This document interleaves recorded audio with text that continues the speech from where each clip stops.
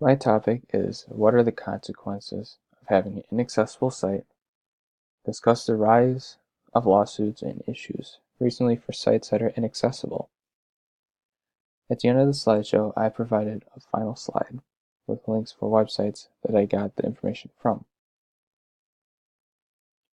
When having an inaccessible website, you're going to be risking a lot of things.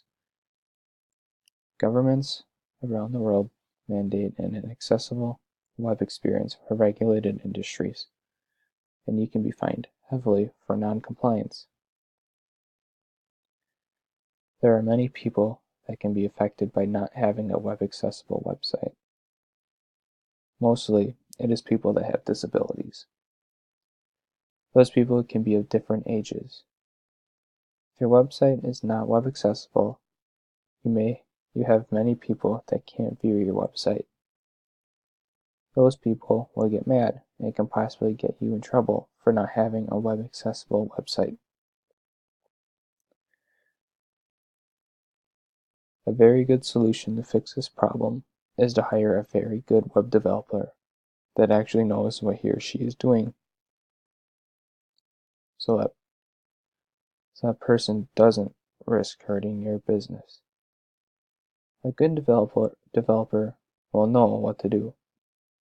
It's always important to have a developer that you can trust so you won't get a lawsuit handed to you for not having a web accessible website.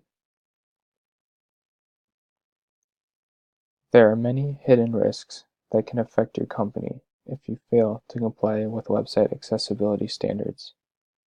These risks can add up to greater costs than government fines or civil litigation.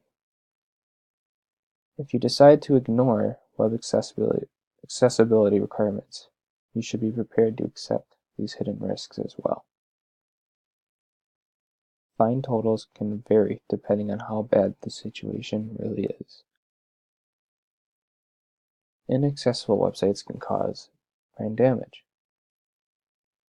Persons with disabilities represent a growing demographic. As much as 20% of the population has a disability, and an aging customer base means more and more of your website visitors will have physical limitations. The next one is missed market opportunities. If your website isn't accessible, you risk missing out on opportunities to gain more customers and increased revenue. If competitors have accessible website, they will easily reap the increasing numbers of persons with disabilities, simply because those customers can't use your website. On the other hand, if you're one of the first in your industry to become web accessible, you can win customers who couldn't use your competitor's inaccessible website. The next one, avoidance tailspin. Many companies choose to throw money at a problem, hoping for a quick fix over a real and sustainable solution. They hire lawyers to deal with claims and spend hundreds of hours diverting their staff to field consumer complaints. Companies continue to deal with new consumer complaints and legal problems in the same manner. Companies then risk entering a tailspin that demands more time and money, and they move farther away from the real solution that could end the constant problem management. And the next one is less qualified employees. It is very important to have qualified employees so they don't risk hurting your business.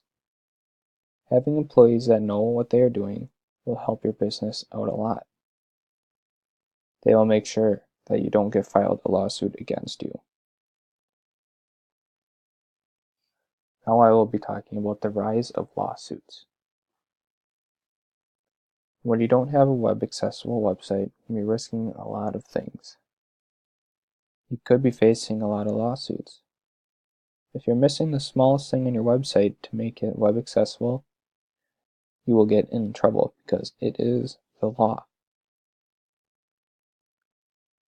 In the article Lawsuits Soar Over Inaccessible Websites by Carol Payton, it stated that websites in 2018 are still getting hit with lawsuits.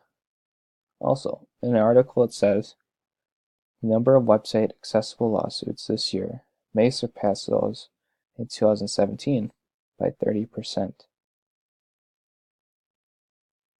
Plaintiffs filed 4,965 federal ADA Title III lawsuits during the first 6 months of 2018, compared to 7,663 for all of 2017.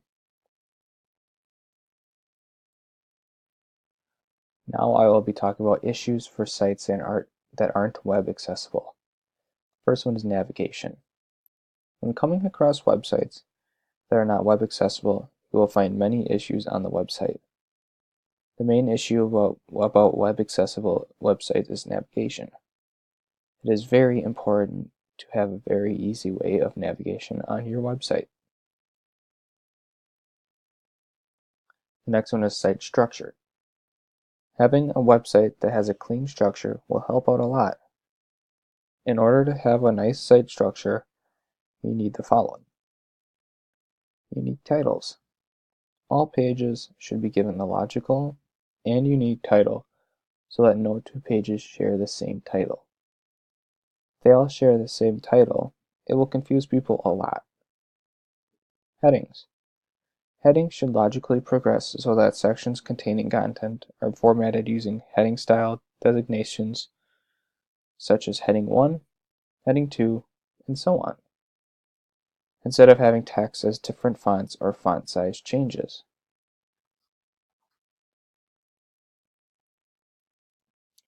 Lists.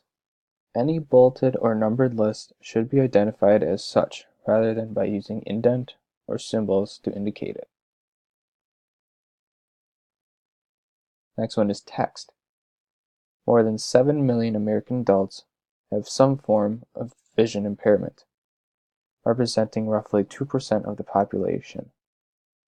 This includes a wide range of vision problems, including nearsightedness, color blindness, or complete loss of vision. Size. Users should be able to easily increase or decrease text size. Contrast. Proper color contrast between text and background reduces challenges created by color blindness or other vision impairment conditions. Color. Colors should not be used to convey meaning.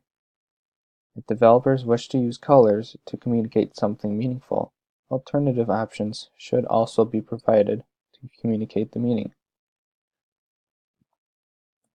Here are some more issues for sites that are not web accessible. The loss of possible clients on your website. Not having a web accessible site can really upset people. You don't want that at all.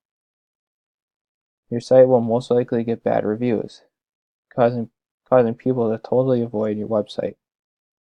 Having good reviews on your site is really important. The reason why I say that is because you want people to come onto your website. It will help out your business.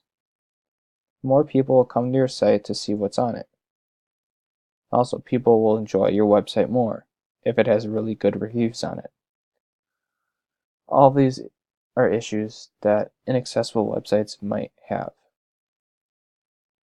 I was not able to find a site that was not web accessible.